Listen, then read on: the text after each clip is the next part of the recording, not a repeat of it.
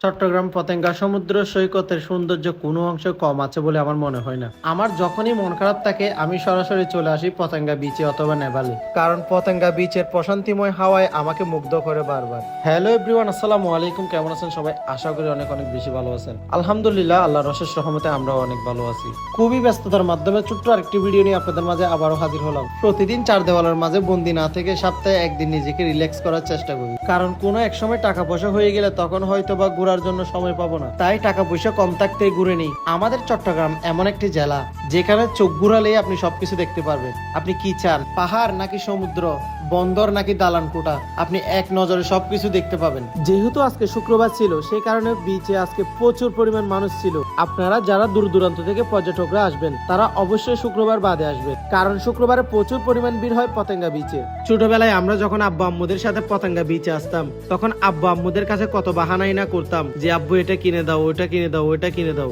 আসলে অনেক কিছু মনে পড়ে যায়। এই বিচে অনেক স্মৃতি রয়েছে আমাদের। এখন মনে হয় বড় হওয়ার সাথে সাথে অনেক কিছু যেন জীবন থেকে হারিয়ে ফেলেছি। মাঝে মাঝে ভাবি, ইস, ছোটবেলায় যদি আবারও ফিরে যেতে পারতাম তাহলে কতই না ভালো হইতো। আসলে চাইলে তো আর সবকিছু সম্ভব হয় না। প্রকৃতি তার নিজের নিয়মেই চলবে।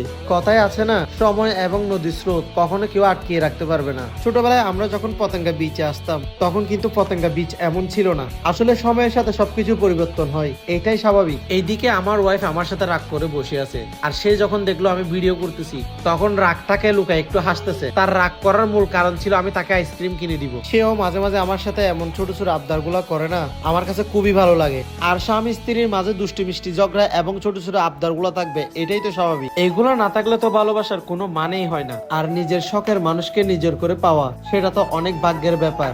আলহামদুলিল্লাহ। তো সবাই আমাদের জন্য দোয়া করবেন যাতে পুরো জীবনটা একসাথে পার করে দিতে পারি। জীবনে হাত ধরার জন্য এমন একজন পারফেক্ট মানুষ থাকলে আর কিছুর দরকার হয় না। তো পতেঙ্গা বীজ ঘোরাঘাড়া করতে করতে কোন সময় সন্ধ্যা হয়ে গেল টেরও পেলাম না। দিনের চাইতেও রাতের বীজ কিন্তু সুন্দরের দিক দিয়ে কোনো অংশে কমতি নাই। তো যাই হোক, আপনাদের সাথে গল্প করতে করতে বাসায় যাওয়ার সময় হয়ে গেছে।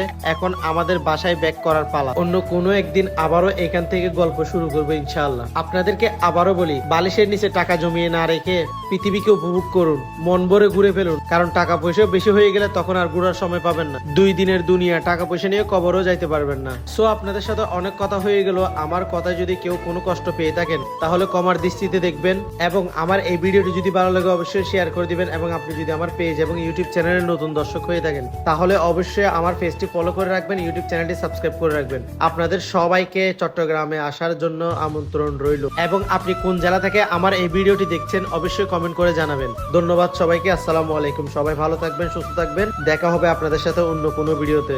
লাভ ইউ আমার লাভলি অডিয়েন্সদেরকে। আপনাদের দোয়ায় অনেক দূর এগিয়ে যেতে চাই।